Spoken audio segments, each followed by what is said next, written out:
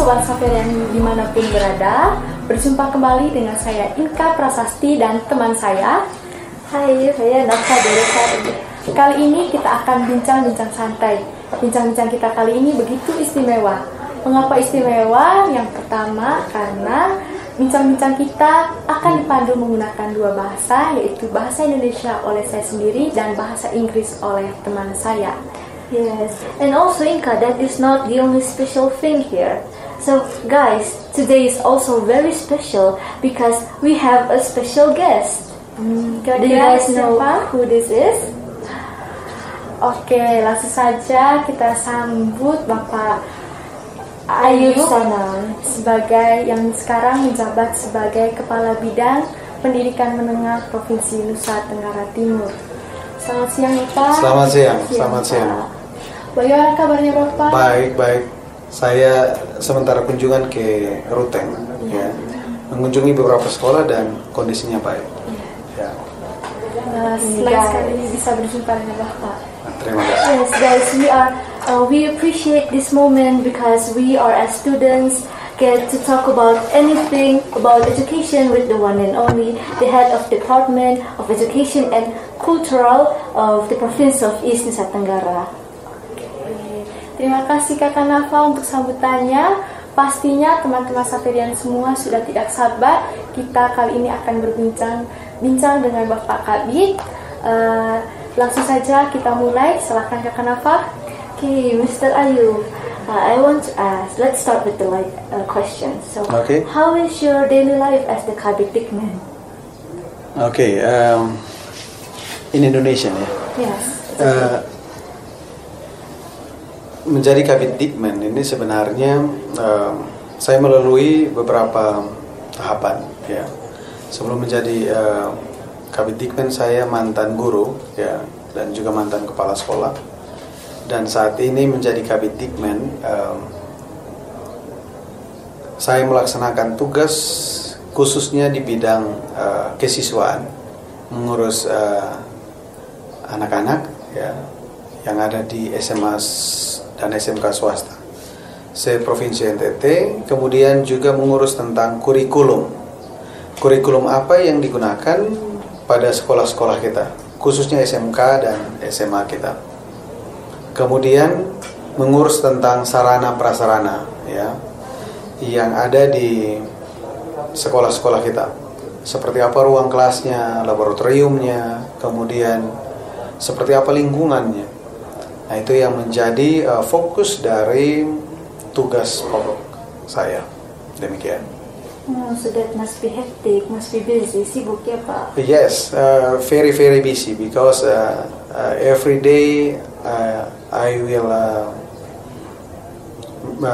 must plan to do many activities for education.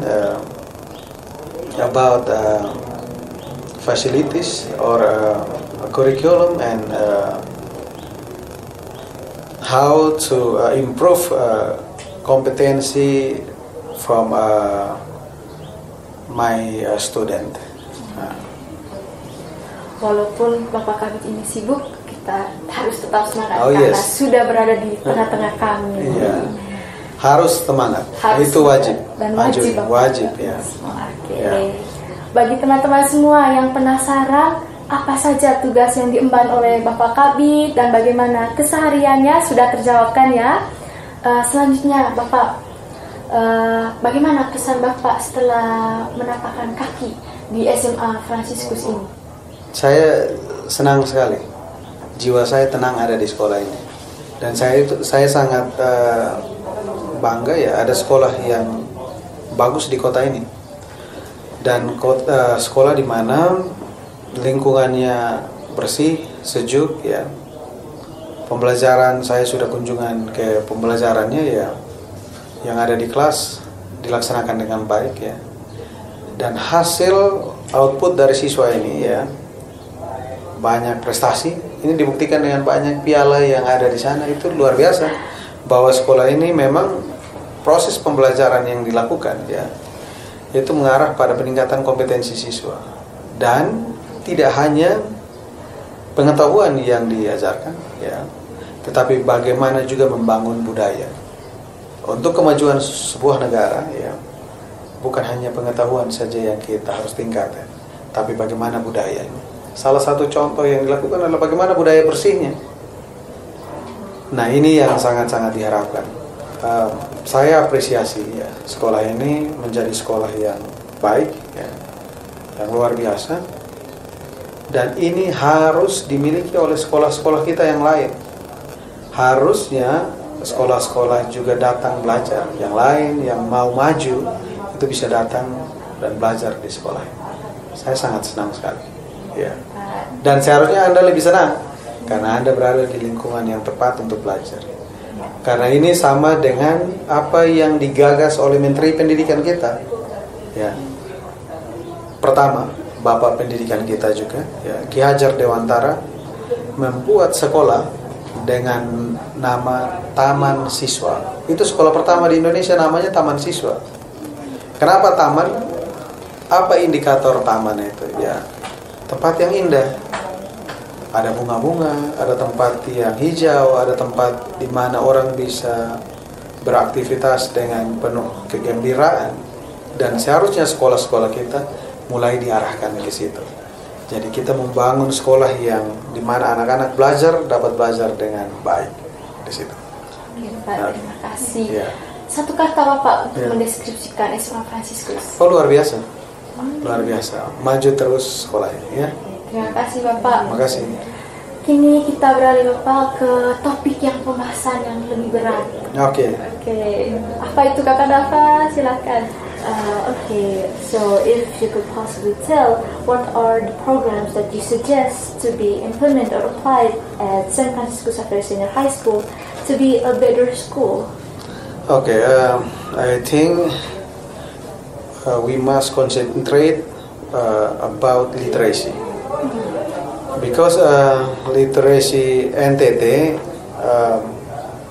under 50%.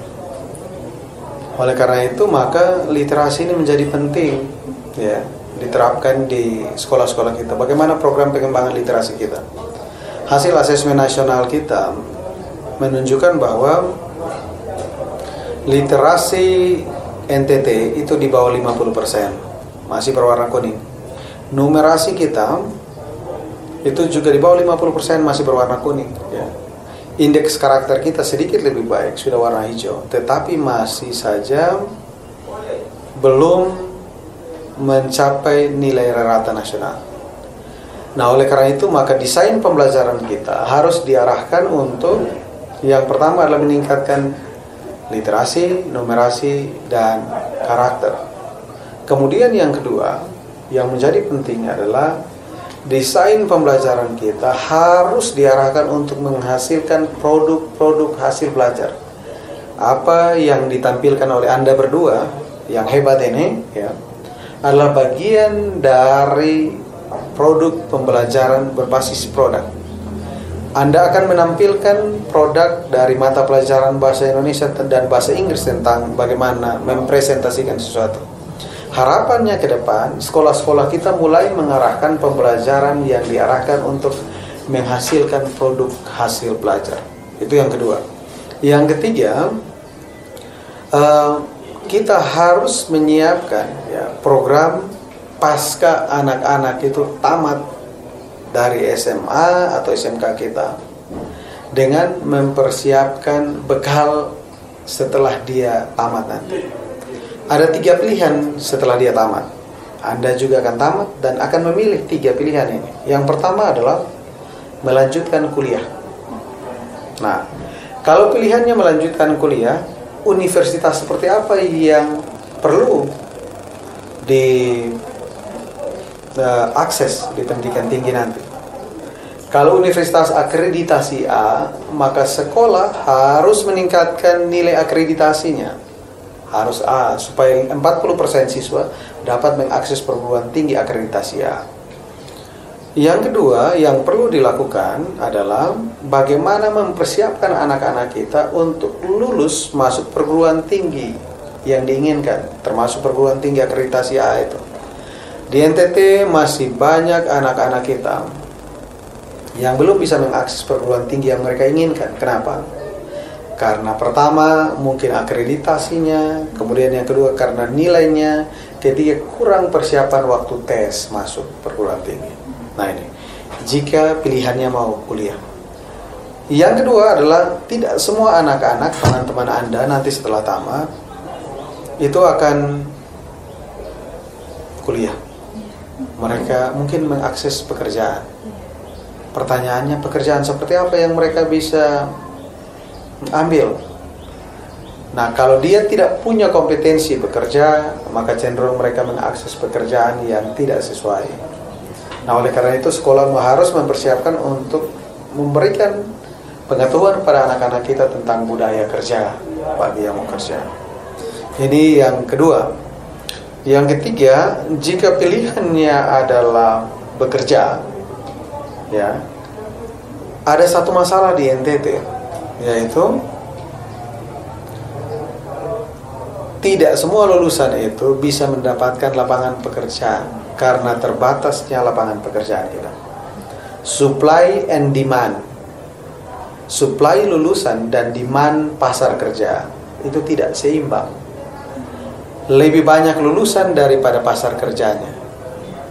Oleh karena itu, pilihan ketiga ini harus dipikirkan sekolah. Bagaimana menumbuhkan budaya wirausaha untuk anak-anak kita. Bagaimana dengan kompetensi yang didapatkan mungkin di SMA melalui pembelajaran kewirausahaan, mereka bisa berwirausaha dan menjadi sukses. NTT butuh banyak entrepreneur. Nah, ini menjadi fokus bagaimana kita mengembangkan pendidikan kita di provinsi kita. Demikian. Luar biasa. Terima kasih Pak. Sedikit bertanya Bapak, sedikit menyentil hal yang sedang hangat kita perbincangkan mengenai jam masuk sekolah, yaitu jam 5 pagi. Bagaimana menurut Bapak? Oke, baik. Jadi untuk jam 5.30 ya, ada banyak hal positif juga yang harus kita lakukan ya.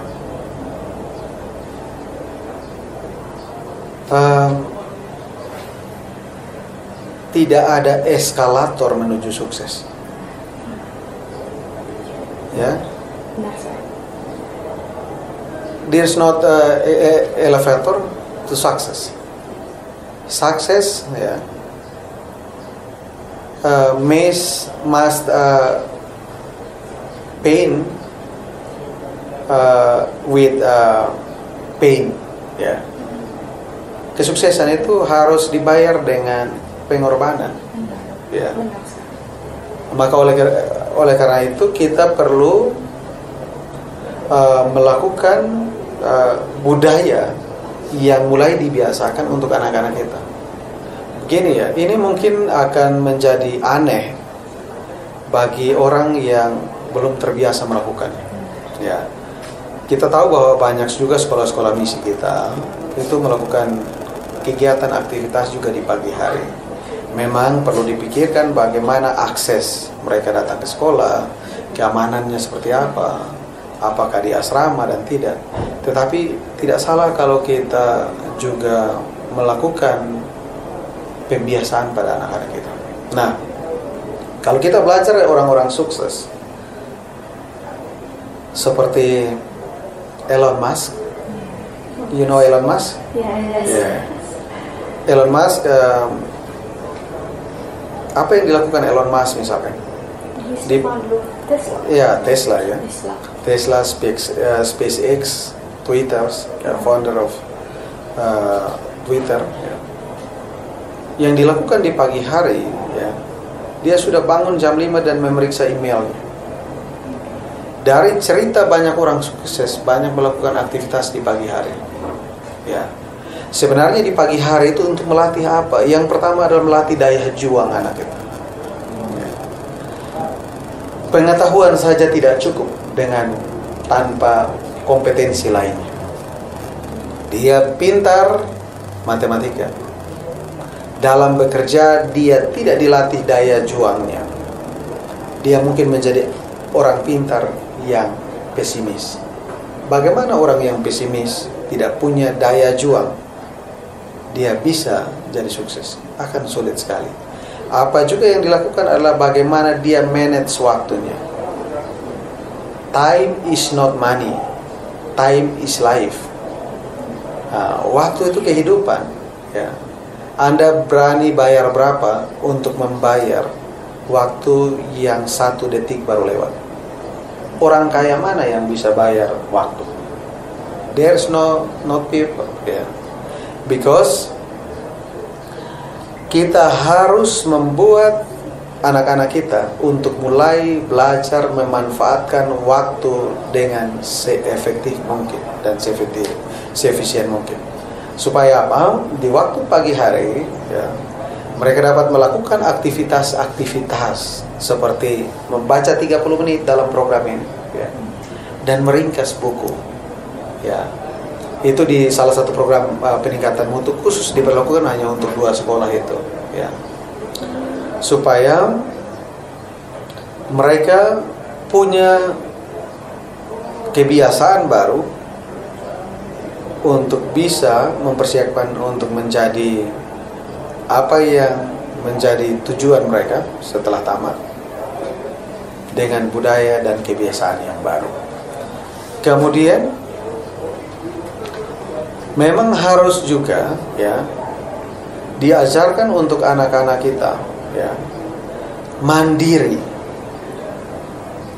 Di pagi hari tentunya mereka harus memikirkan bagaimana jam tidur mereka.